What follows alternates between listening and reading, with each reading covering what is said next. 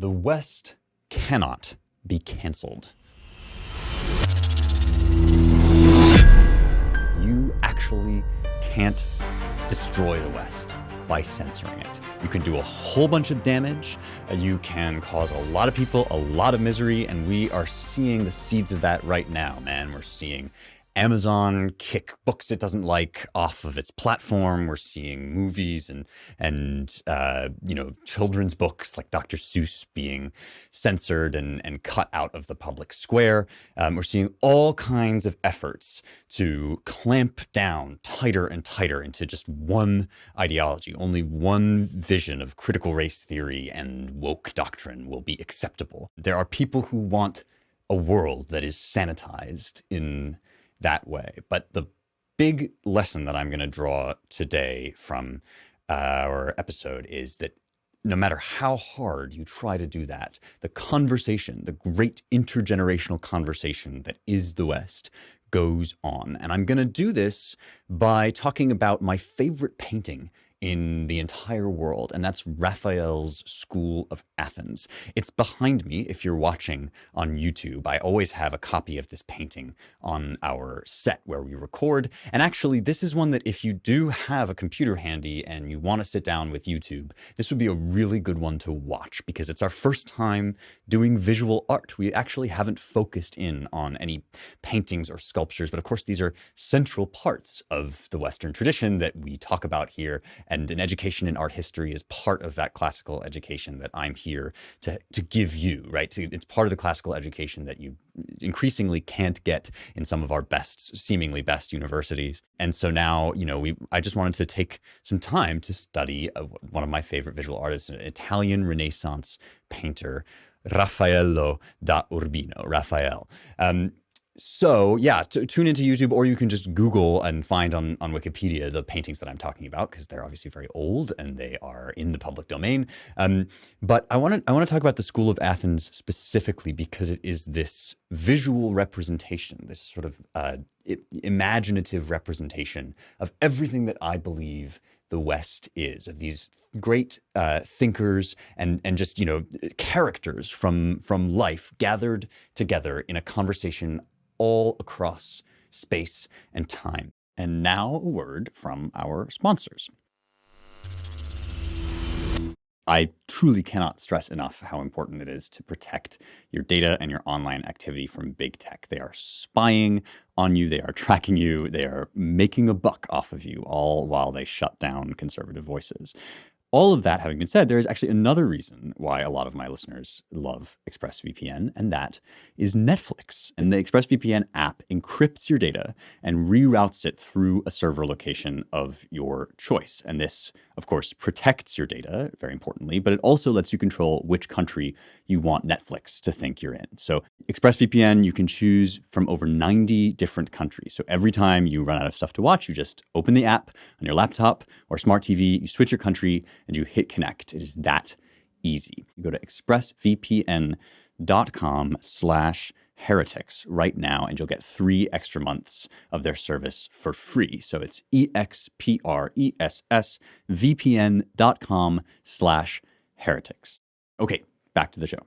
I've been talking about what art does in general, not just visual art, but poetry and music and literature, right? All art, I've been arguing, is a kind of mimesis. It's a kind of representation of an internal truth or a spiritual truth that you can't just put directly into words or kind of tell in a factual way. You have to find some way of painting something or representing something visually or acting something out that gets across the inner reality, the spiritual, metaphysical reality of what's going on. And that's what Raphael does in this painting. It's a painting of something that never happened, of a great hall in which all the great philosophers of the Western tradition, or many of them, are gathered together in one big conversation.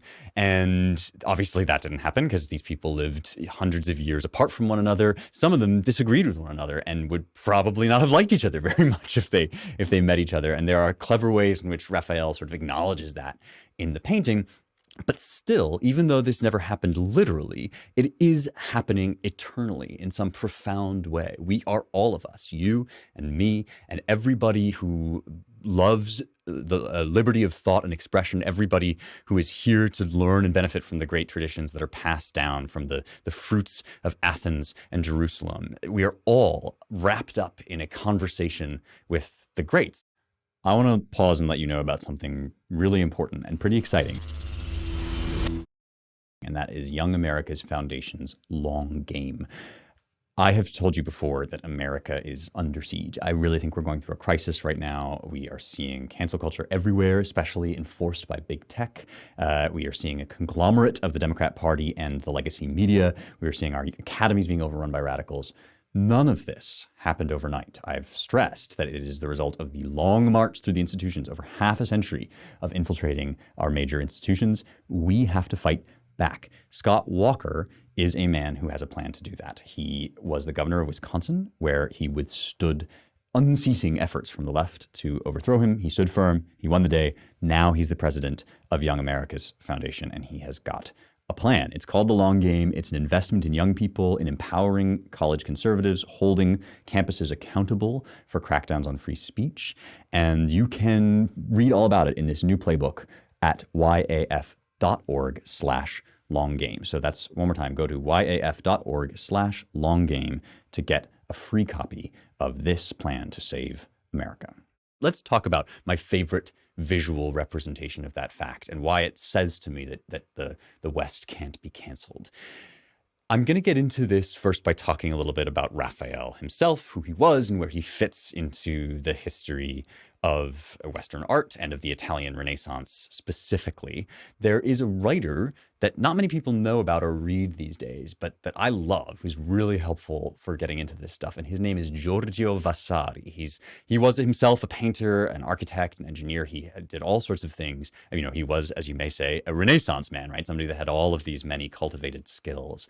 But he's best known for his art historical writing. He produced around about 1550 AD. He produced the lives of the most excellent painters, sculptors, and architects. And this is the basis of art history, essentially. It is where we get the idea to collect together what's been said and thought about the artists and how their lives have intersected with their work and, you know, where they stood in history and all this stuff. So it's a really fun book to just buy and then have sitting around and, like, you know, dip into it when you want to know about Raphael or Michelangelo or whoever.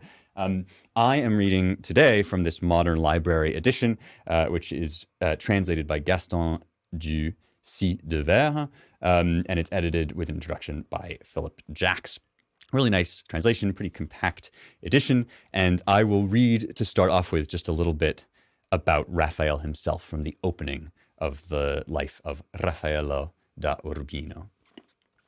How bountiful and benign heaven sometimes shows itself, in showering upon one single person the infinite riches of its treasures, and all those graces and rarest gifts that it is wont to distribute among many individuals over a long space of time, could be clearly seen in the no less excellent than gracious Raffaello Sanzio da Urbino, who was endowed by nature with all that modesty and goodness which are seen at times in those who, beyond all other men, have added to their natural sweetness and gentleness the beautiful adornment of courtesy and grace, by reason of which they always show themselves agreeable and pleasant to every sort of person, and in all their actions. Him nature presented to the world, when, vanquished by art through the hands of Michelangelo Buonarroti, she wished to be vanquished in Raffaello by art and character together. So a prince among men by this report was Raphael, and kind of the epitome of what was great about art in Italy during this, you know, late 15th century, early 16th century period. Raphael lived a short life from 1483 to 1520, and was born, as Vasari indicates, in Urbino. We're going to get to that in a second, and his journey first from Urbino into Florence and then into Rome. But as a personal note, speaking to what Vasari says there, that, you know, Michelangelo conquered nature by art. And then Raphael conquered it by art and character, that in his personal life too, he overcame nature and basically dominated and was in complete control of all that creation has to offer. This idea of the one great mind, the human mind that takes everything in like a kind of microcosm and then, pours forth this expression of everything that he sees in it. When I was a young man, when I was just, I think, 15, I took a trip to Rome, and the first time I ever remember being able to read Latin without a dictionary was in the Pantheon, which is this Roman temple to all the different gods. And Raphael is buried there. He has a marble sarcophagus there with this sort of 2-line poem by Pietro Bembo. And the Latin is Il hic est Raphael timuit quos sospite vinci rerum magna parens et morientem mori. Translated, it means almost something very similar to what Vasari said. It means, here lies that famous Raphael, by whom nature feared to be conquered while he lived, and when he was dying, feared herself to die. That somehow by bringing all of the natural world into his own soul and expressing it, he gave life. Again, this is part of how mankind is God's image on earth, that our experience of the world, not just the things that we see and feel and touch, but the way that we understand the logic of it and the way that we feel the love that is expressed in human relations and in the order of creation, right? All of this is poured forth in the artist. And by all accounts, right, Raphael was kind of this, just a prodigy, a genius of doing this very thing. And that was the ethos of visual art in the Italian Renaissance. As Vasari indicates, Michelangelo, the famous Michelangelo, was an older contemporary of Raphael's, and the two of them were in a kind of competitive interaction with one another throughout Raphael's career, which is part of the story of the School of Athens. So we'll get to that. Just going to pause for a second before we go any further and remind you about Locals. If you are loving this show, and I hope you are, Locals is an incredible way to get deeper into this community in a way that fights back against big tech and censorship and gets us off of places like Twitter. So at youngheretics.com/locals, you can sign up to become a Young Heretics VIP. We're building a really cool community on there. And what you get is all sorts of extra stuff that you can't get just by listening to the show. So you'll get episodes in advance. You'll get each episode released 1 week in advance without ads. And we do all sorts of live Q&As. I write articles that are exclusive to Locals on there. And we've been engaging in some really deep discussions, actually. If you want to take the conversations that we have on this show further and help support the show at the same time and help keep it going, go to youngheretics.com/locals to become a Young Heretics VIP. I'm really glad that you're here. I hope you'd like to take this journey further with us on Locals. A little note about his character, just kind of an amusing thing that Vasari also mentions to give you a flavor for the kind of stuff that he puts down. Raphael was also a ladies' man, it turns out, right? He says, Raffaello was a very amorous person, delighting much in women and ever ready to serve them, which was the reason that, in the pursuit of his carnal pleasures, he found his friends more complacent and indulgent toward him than perchance was right. Wherefore, when his dear friend, Agostino Chigi, commissioned him to paint the first loggia in his palace, Raffaello was not able to give much attention to his work on account of the love that he had for his mistress, at which Agostino fell into such despair that he so contrived by means of others, by himself and in other ways, as to bring it about, although only with difficulty, that this lady should come to live continually with Raffaello in that part of the house where he was working. So this is, on the one hand, this kind of legendary guy, on the other hand, this extremely human character with foibles and flaws, and concerns of his own that go far beyond his artistic career, or at least distract him from his artistic career. But art was the center of his life from a very early age. So as I mentioned, he was born in 1483 in Urbino, which is a small duchy in central or sort of northeast Italy. So not a place that he was ultimately destined to stay, because his talent manifested itself at an early age. He was the son of a painter, Giovanni Santi, and at a very early age, at 11, he was apprenticed to Pietro Perugino in Perugia. And that was not that young for the time, right? We hear 11 and we think like, holy crow, this kid's being like shunted into this career at an early age. But in fact, this was part of how you learned your artistic craft at this time. And he was preternaturally gifted. He was ambitious, driven.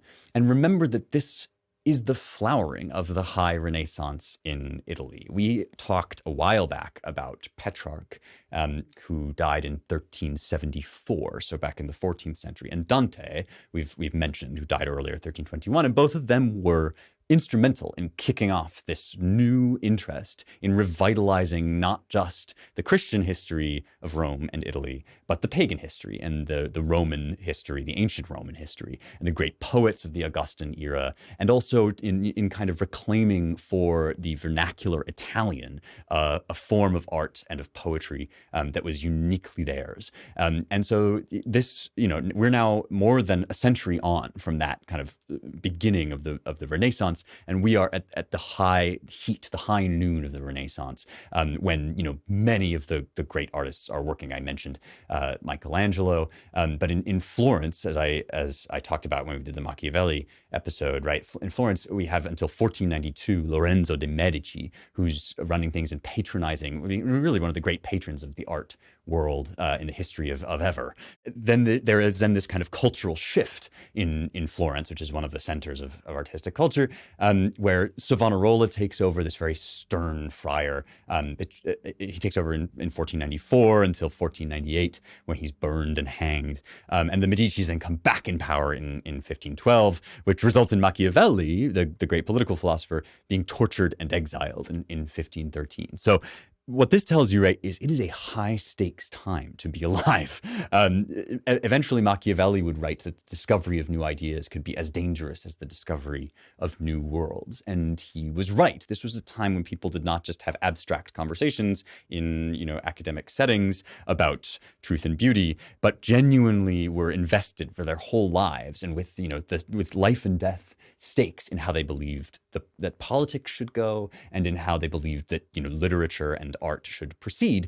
And even though we think of ourselves as being very sort of disillusioned in modern times, right, we are also living through one of those times. So places like Twitter and Amazon, when I condemn them for censorship, I'm engaging in one of these very high stakes conversations that periodically happen in the West about how are we going to proceed? Are we going to have rules about what you can and can't say that are based on the moral ethos of wokeness and social justice, or are we going to have this sort of flowering of different viewpoints? Are we going to have a classically liberal mindset about speech, and are we going to have a public square that supports virtue?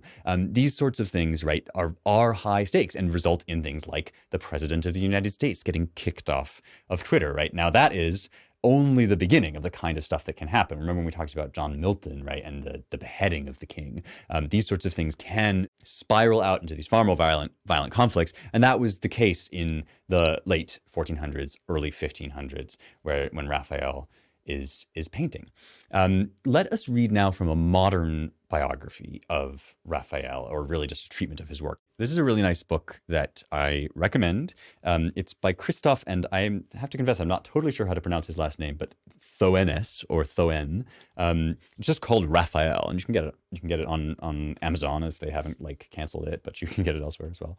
So I'll just read from Thoen's description of Raphael after he left Urbino and went through Perugia into Florence, which was this cultural center, on his way ultimately to Rome, where he would paint the School of Athens.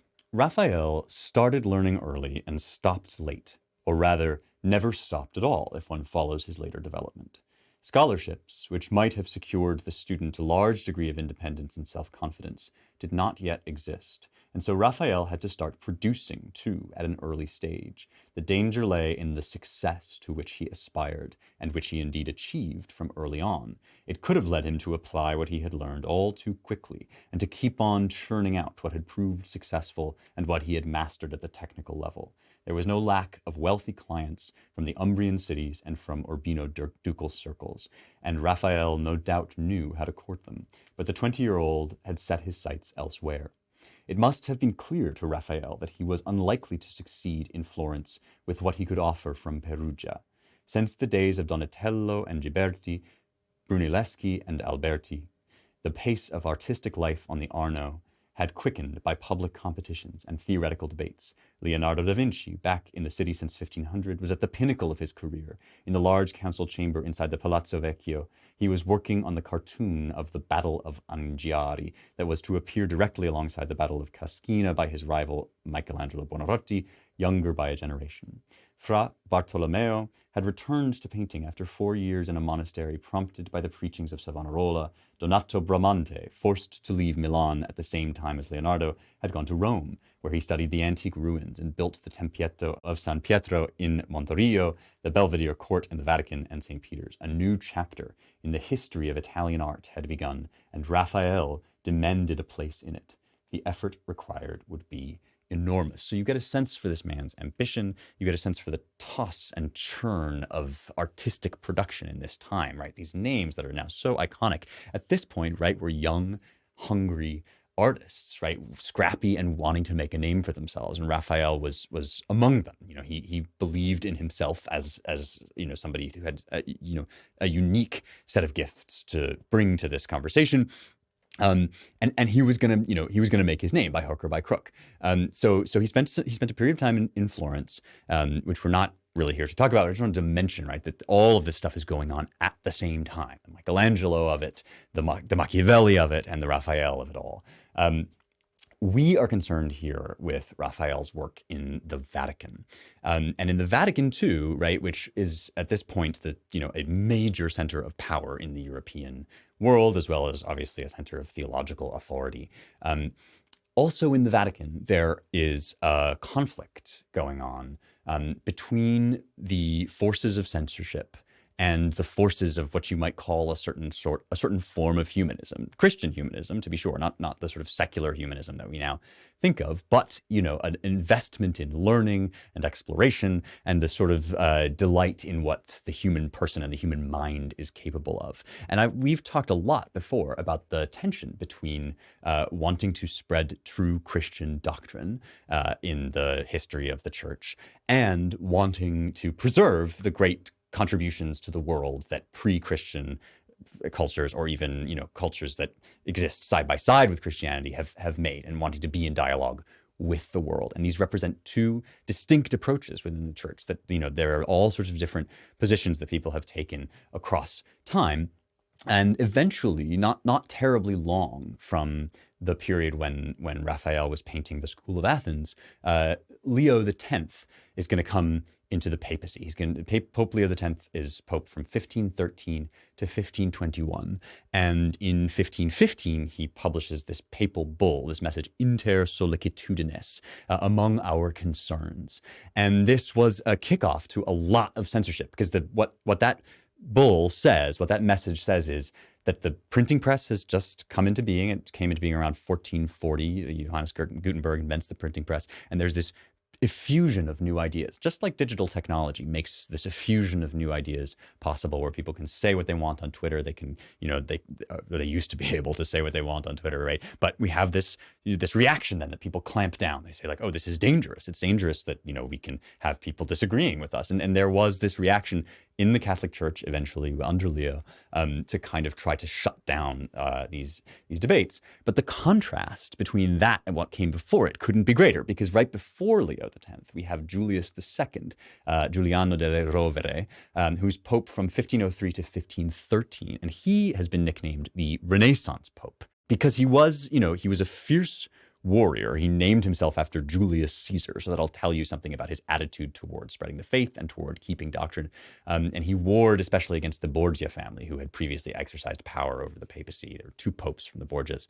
At the same time, he was a delighted patron of art, architecture, and literature. He did a lot to improve the Vatican City architecture itself, and he commissioned all of this incredible art.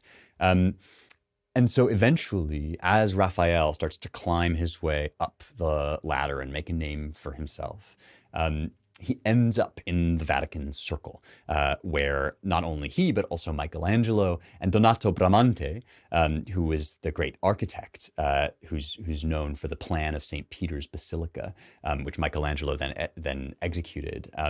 Right, this sort of cadre of people at the heart, really, of power and patronage in Rome come together under the Renaissance Pope, under Julius II. So I will read now from this little volume again from Thoen Raphael, and this is on his time in the Vatican, just a little introduction to that.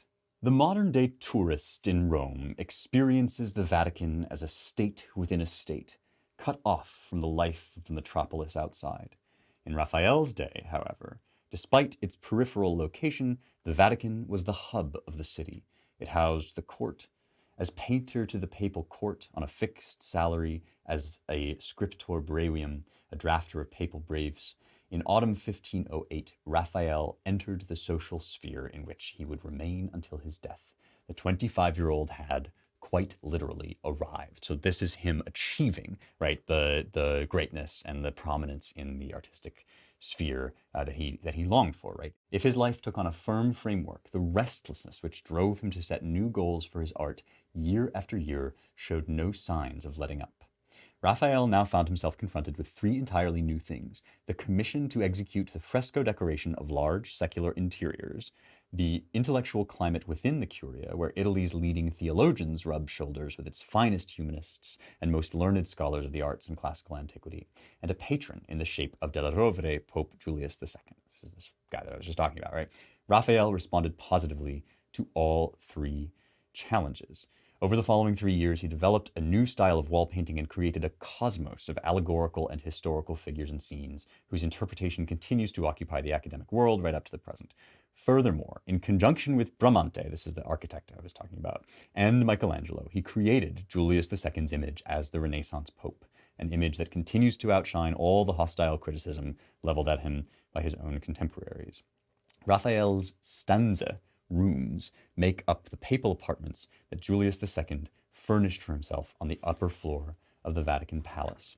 He embarked first upon the middle chamber, containing the Pope's probably fairly modest library. The modern-day designation of the chamber as the Stanza della Segnatura derives from its subsequent use as a papal courtroom. So this is the Pope himself commissioning fresco decorations, so decorations for the walls of his chambers. And the Stanza della Segnatura is, one of the iconic locations in Western art. And of course, it's not terribly far away from the Sistine Chapel, where Michelangelo's great ceiling is housed. And as we'll get into, it was going on at the same time as he was painting these rooms. But the rooms themselves are kind of where I want to now imagine us walking into. So if you imagine yourself walking into this room, it's a four-sided room. There are four walls and a ceiling. And the whole thing is kind of architecturally structured so that Raphael can create this kind of four-part visual representation of the greatness, really, of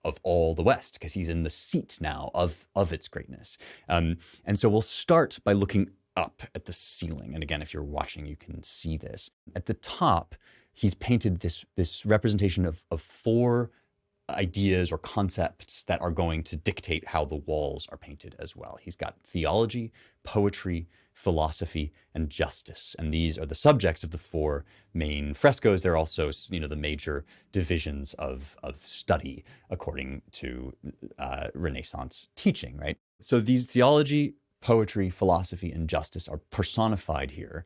And this kind of figural way of representing abstract concepts, that is by making them into human figures, is kind of the governing mode of this room, right? Every wall is going to have these people interacting in a way that kind of embodies and gives flesh to these abstract ideas. And this is what I'm talking about when I say that art kind of takes these things that we can't see or touch or smell, like justice or theology, and makes them concrete, kind of boils them down, or you might even say incarnates them, right, in physical things that you can see and imagine. This is this kind of allegorical way of painting. And it's something I think that we're not used to understanding always. In modern times we either have this purely abstract idea about painting, right? That it's a kind of Jackson Pollock, drip painting on the canvas and create these interesting, intricate plays of color and form, or we have this purely representational, like I saw a boat, I painted a boat. We have this purely representational idea. The idea of painting as a kind of panel that through which you peer into these panels and you see the reality of something that you experience every day in your life, but that is too abstract for you to really touch or smell. That's the point of these paintings. You have to kind of get used to reading the symbolism in them, but then also letting them wash over you as a sort of representation of what it is we're seeking, right? Because these are aspirational things: theology, justice, poetry, right? These are the great gifts of the West to each of its inheritors. To us, they're the gifts that we celebrate right on this podcast. So we'll work our way up to the School of Athens, but I'll just say a few things about each of these walls, right? Theology is the theme of what is called the Disputa, which means dispute. And it might be based on this Vatican disputation in 1452, which was a conflict between Julius II's uncle, who would eventually be Pope before Julius, Pope Sixtus IV in 1471 becomes Pope.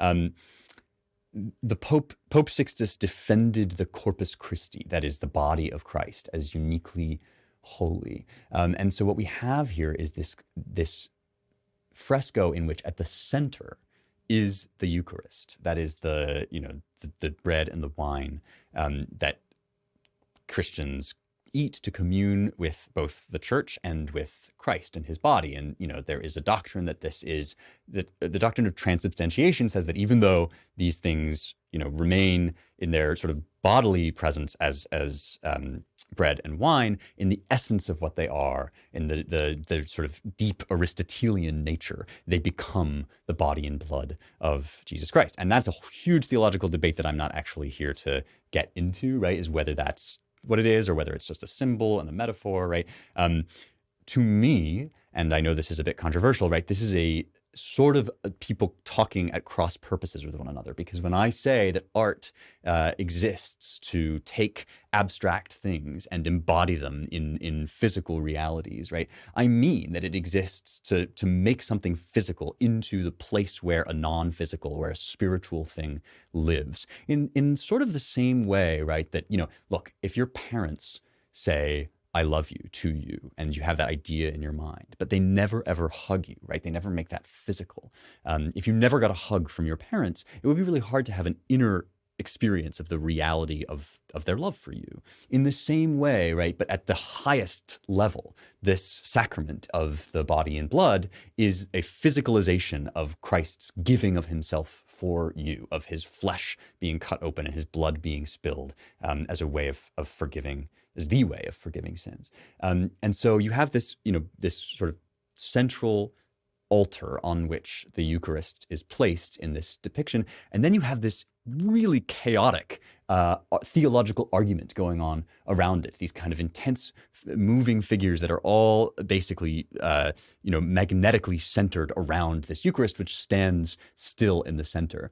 And then the real genius of it, of just the way this whole thing is constructed, is that the Eucharist itself is standing upright on the altar, and it's pointing upward at this serene panoply of heavenly figures, Christ in the center, and the Trinity, right? There's Jesus, there's the Holy Spirit as a dove, there's the Father as this bearded figure, and angels and saints all around them in this kind of beatific vision. And there's something that Raphael is saying here about the way that theology is contentious, but the whole thing is presided over by the God toward whom all theology aims. So even if the church is having these arguments, these intense back and forths, even if it's, cutting out heresies and coming to conclusions and finding doctrine in the here and now, we have these intense arguments, but it's all in service of this ultimate truth, which is peaceful and serene and not threatened by the argument. It's a brilliant observation, and it's true, right? It's true that we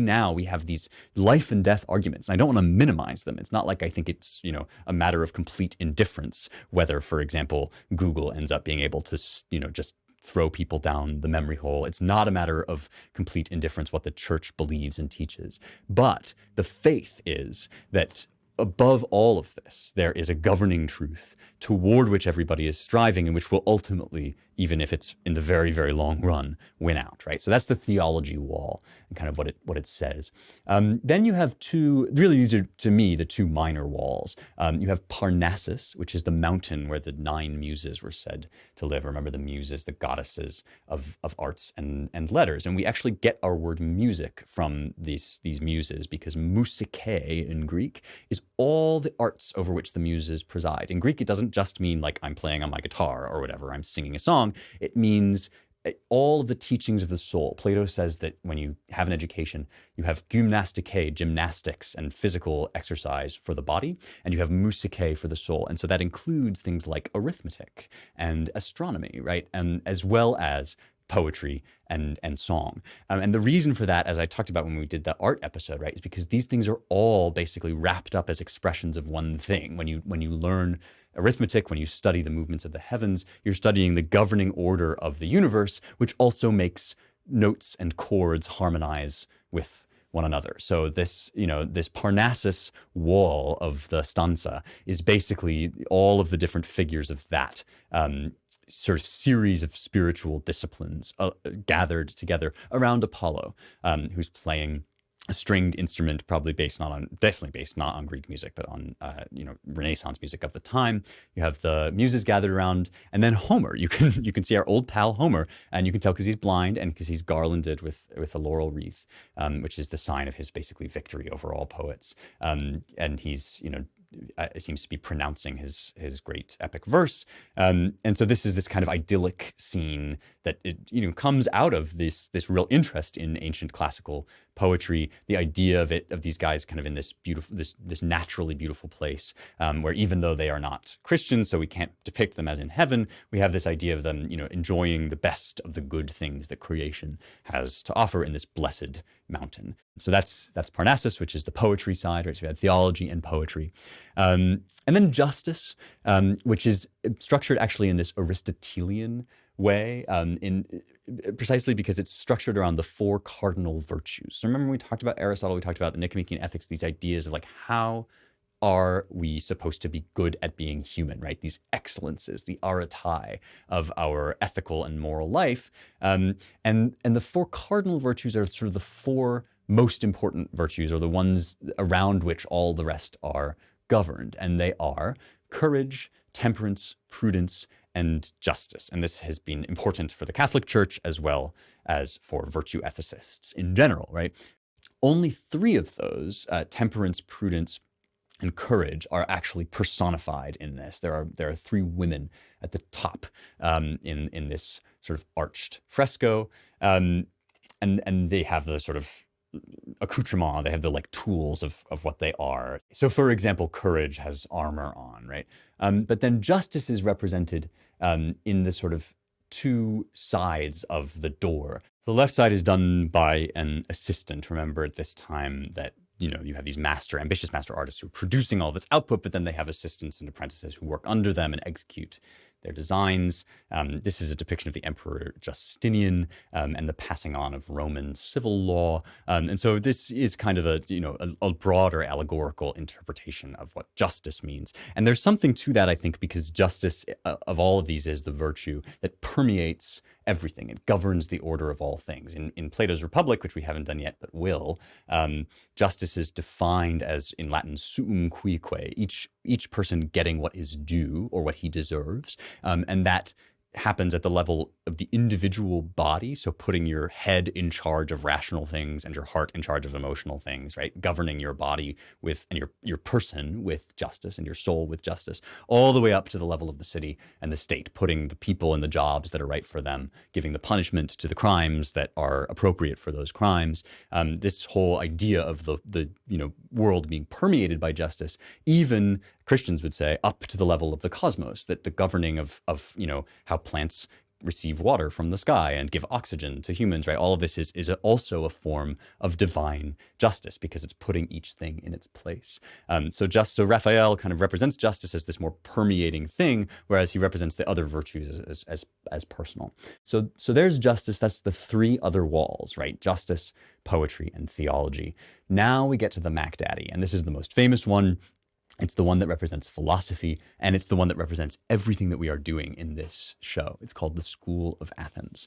And it's, as I say, it's behind me, but it's also, you can look at it on YouTube, a vast panorama of this intricate marble hallway.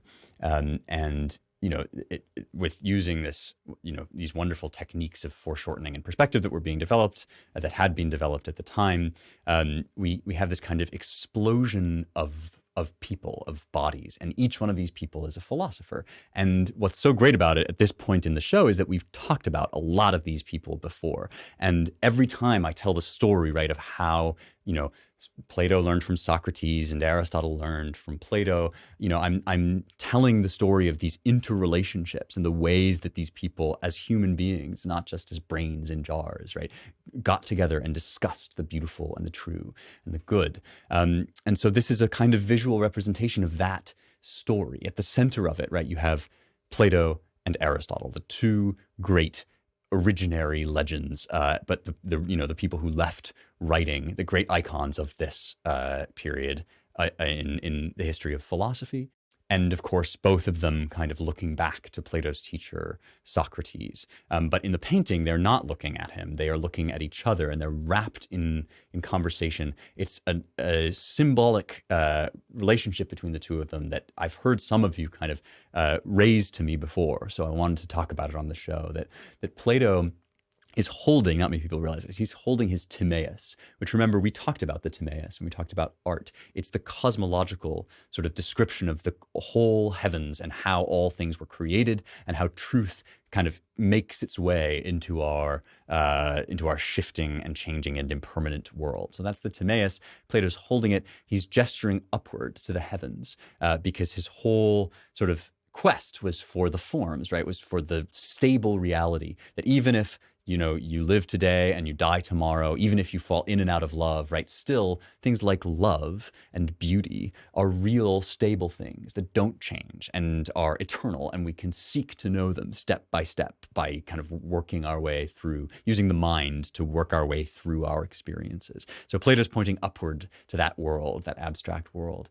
And then Aristotle has his hand outstretched toward the ground. And he's got his ethics, his Nicomachean ethics, which we've talked about at length also on the show, right? And I've stressed with Aristotle the practicality of his philosophy and its groundedness in the real world. That Aristotle is like, well, it's great that you can sort of imagine your way to this pure abstracted good, but it's just that. It's just a sort of abstraction that doesn't have any quality or characteristics. And in order to really know it, we have to know the good in the world. We have to know a good horse or a good man. And so this fundamental disagreement between them, which is, often represented as the kind of breakaway of Aristotle from Plato's theory of forms, is really just this deep tension between two aspects of our human experience that we can never escape, right? We can never escape this sense that there's something beyond the here and now. Because when we look at things and we say, well, that's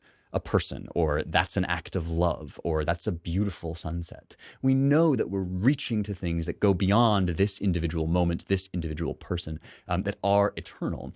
And yet we can never just access them, right? We can never just get out of our own heads, out of our own eyes, out of our own skin and commune directly face to face with that pure world. And so Aristotle insists always that the only way we meet these things is through sense perception, by first seeing them and then thinking about them, reasoning about them.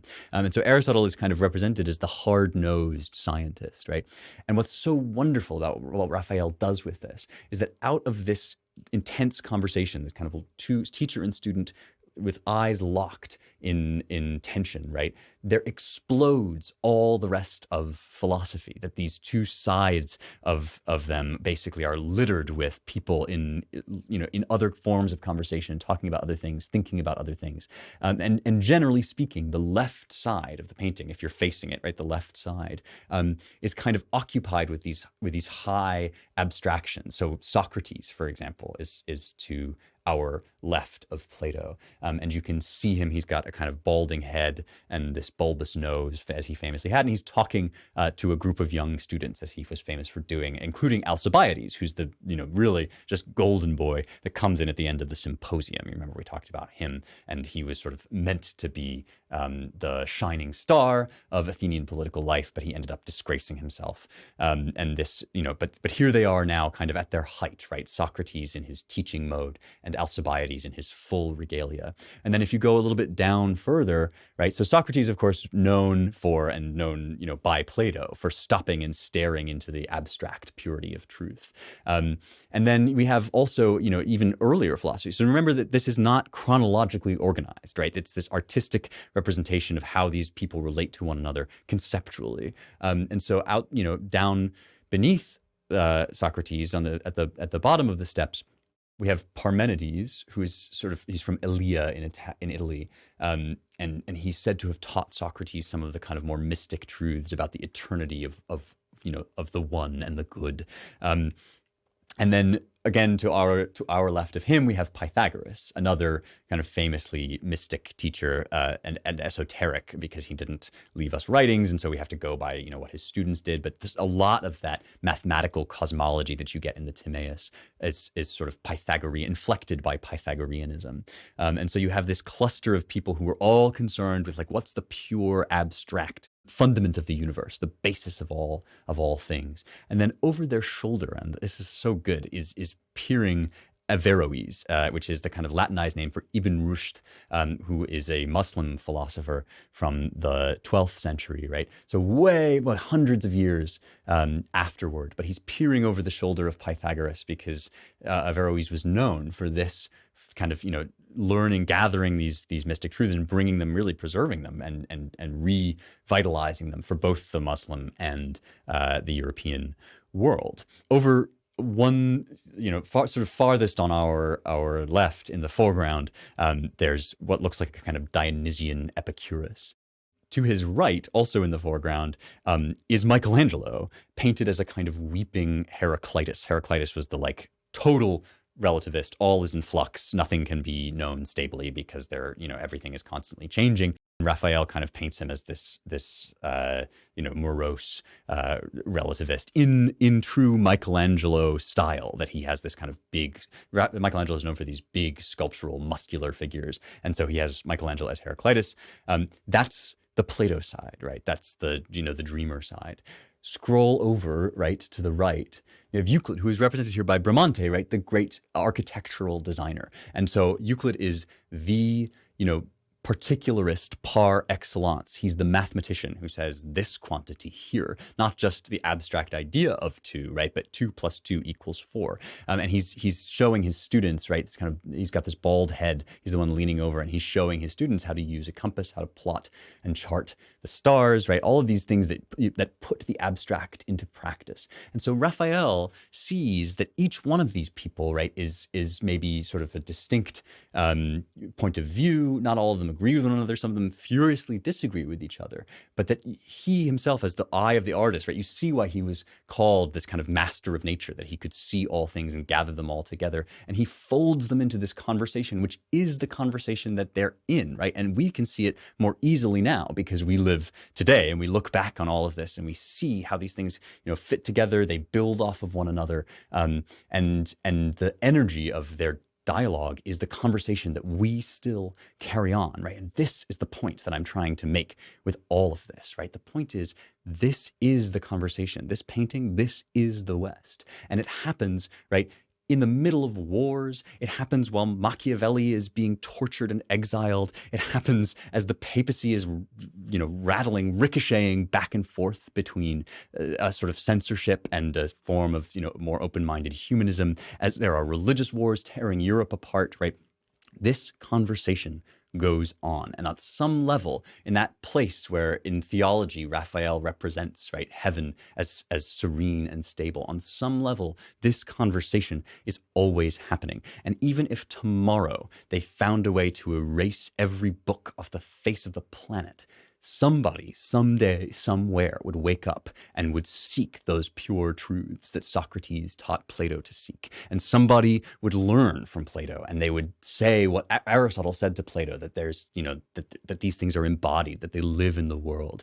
And you and I and everybody who listens to this show and everybody in the larger scheme, right, who is fighting this fight, we are part of that conversation which exists on the level of Raphael's art in eternity, without any threat from the chaos of the world. I'm not saying that the fights of today don't matter. I'm not saying it doesn't hurt terribly when there is a victory for the kind of small-minded, censorious vision of woke dogma. It does. This is something we have to fight against tooth and nail. But if you find yourself in despair, and I'm hearing a lot of despair out there, right? Remember Raphael. Remember that ultimately you cannot cancel the West, because the West is the search for truth, and truth is eternal and cannot die. So thank you for being in the conversation with me. I hope you have enjoyed our first foray into Western art. All right, it is time for the mailbag, and this is an extremely exciting mailbag because it's our first video mailbag. This is something you can only do if you're on Locals, which one more time is youngheretics.com/locals. The Young Heretics VIPs on there can videotape themselves and be on the show. So here's the first one ever. This is a mailbag question, really important mailbag question from Chad.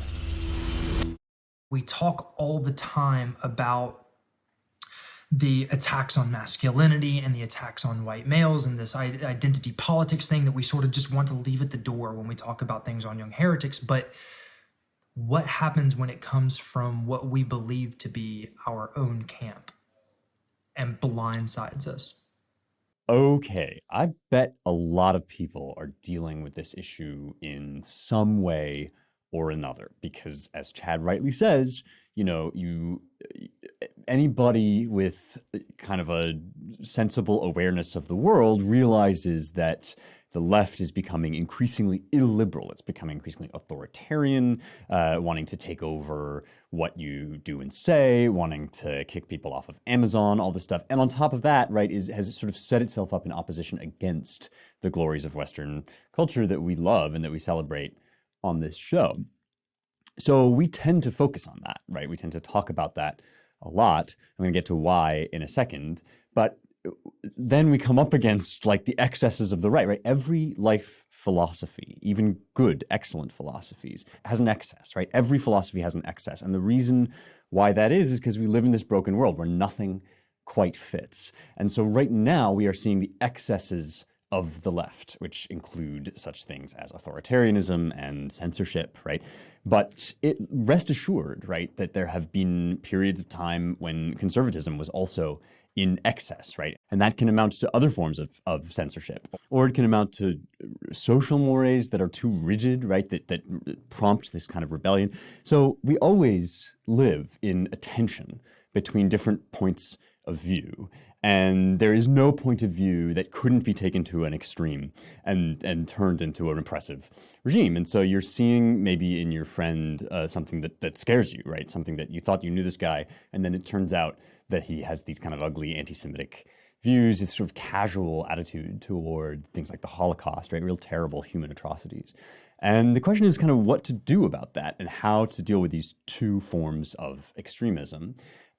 I think it's really important to acknowledge and understand that we're dealing with two different phenomena in wokeness and then in what people have called the extreme right, or some people call it the alt-right. I don't think that's a very good term, but this sort of neo-Nazism, call it whatever you want, right? Those are two different phenomena. The woke phenomena, the extremes of the left, the censorship of the West and so forth, those are powerful movements that are taking over major institutions of our culture and politics. Millions of dollars are being funneled toward people in what's called the anti-racist movement, which is actually kind of a regressive racist movement, right? People like Ibram X. Kendi are getting millions of dollars from people like Jack Dorsey, who runs Twitter. These are institutionally powerful movements that threaten to overtake our country and the West. We need to fight back against those with everything that we have at an institutional level. We need to be reclaiming our institutions from these ideologies that are busted from the ground up, that are anti-American, that are anti-Western, that will undo so much of the progress that we have made. When you come up against somebody like your friend, in many cases you are coming up against somebody who has been driven insane by growing up in a world where the excesses of the left were so visible. People see how much the kind of excesses of liberalism have taken over, and they go crazy and they kind of like swing in the other direction to these other excesses, to being like, well, if you say that everything I say, here's a good example, right? If you say that everything I say is racism, every weird look that I give, a woman clutching her purse on the street at night, that was a Barack Obama example, right? That everything is racism. Eventually, people are just going to be like, well, racism has no meaning anymore. So like, who cares about racism, right? But of course, racism is a real thing. And part of the reason why the left is so pernicious right now is it sort of like just destroys the meaning of these words until people feel like they can just kind of like fight back in the other extreme. And so you're dealing with your friend with that phenomenon, with this kind of reaction against the breakdown of the meaning of words. And I think you have to approach your friend from that perspective, not from the perspective of somebody who is threatening to take over the culture, but from somebody who has been driven insane by a culture that is rapidly falling apart around him.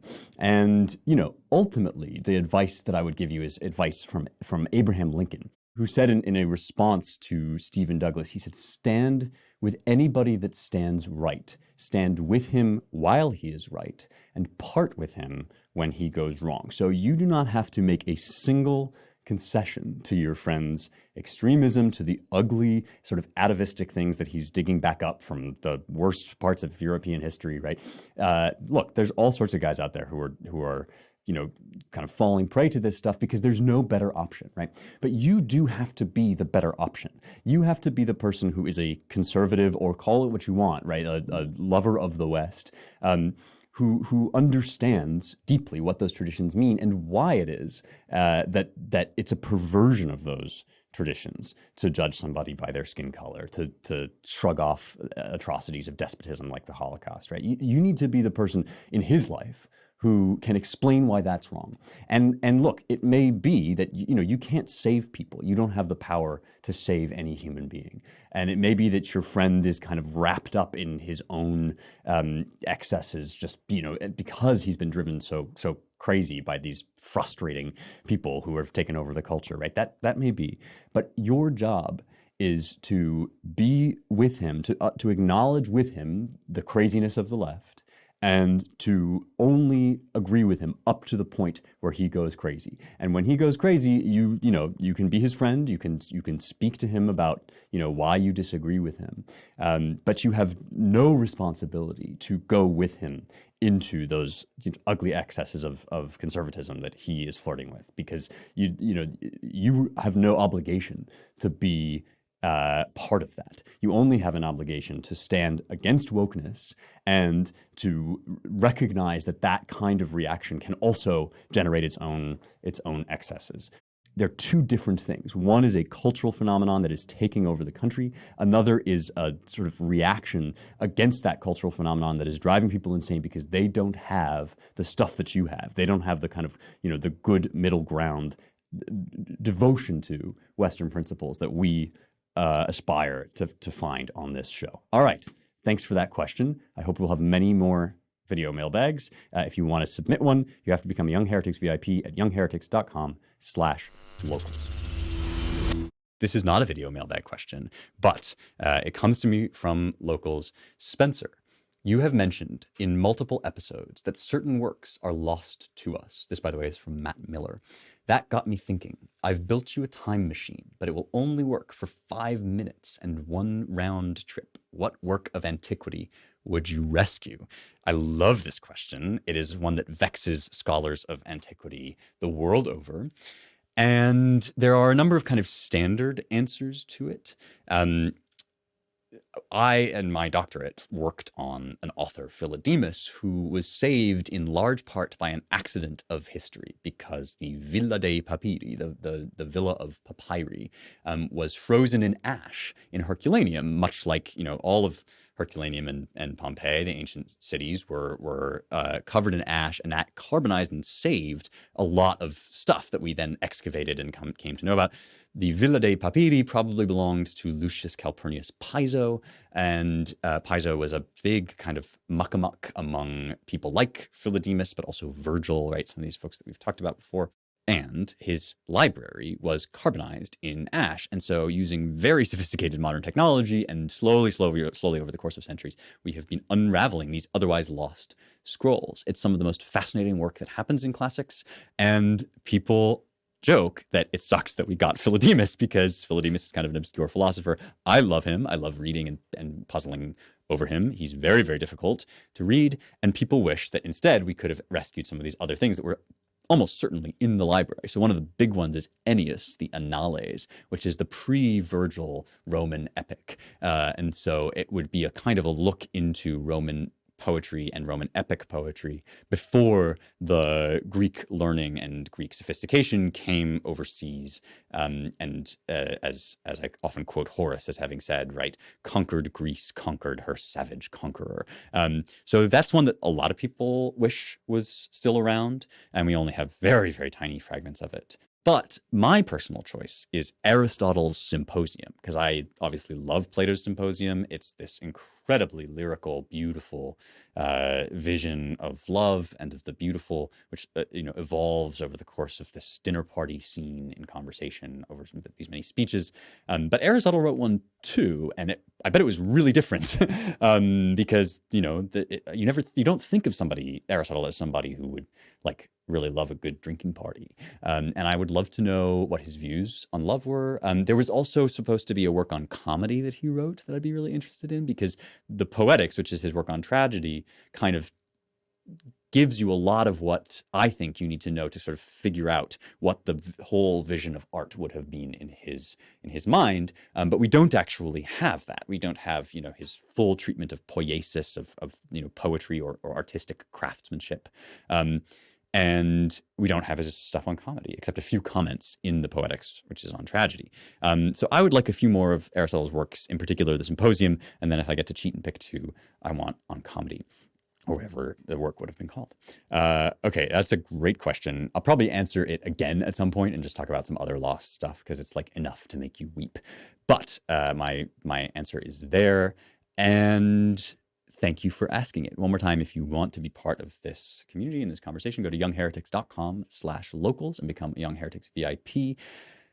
But irrespective of all that, thank you for listening. It is so great that you're here, that you are part of the eternal conversation that Raphael depicted on that wall, and that we get to continue that together. If you like this show, you will love the Claremont Institute, where I work. We put out the Claremont Review of Books, which is a print magazine, and The American Mind, which is online.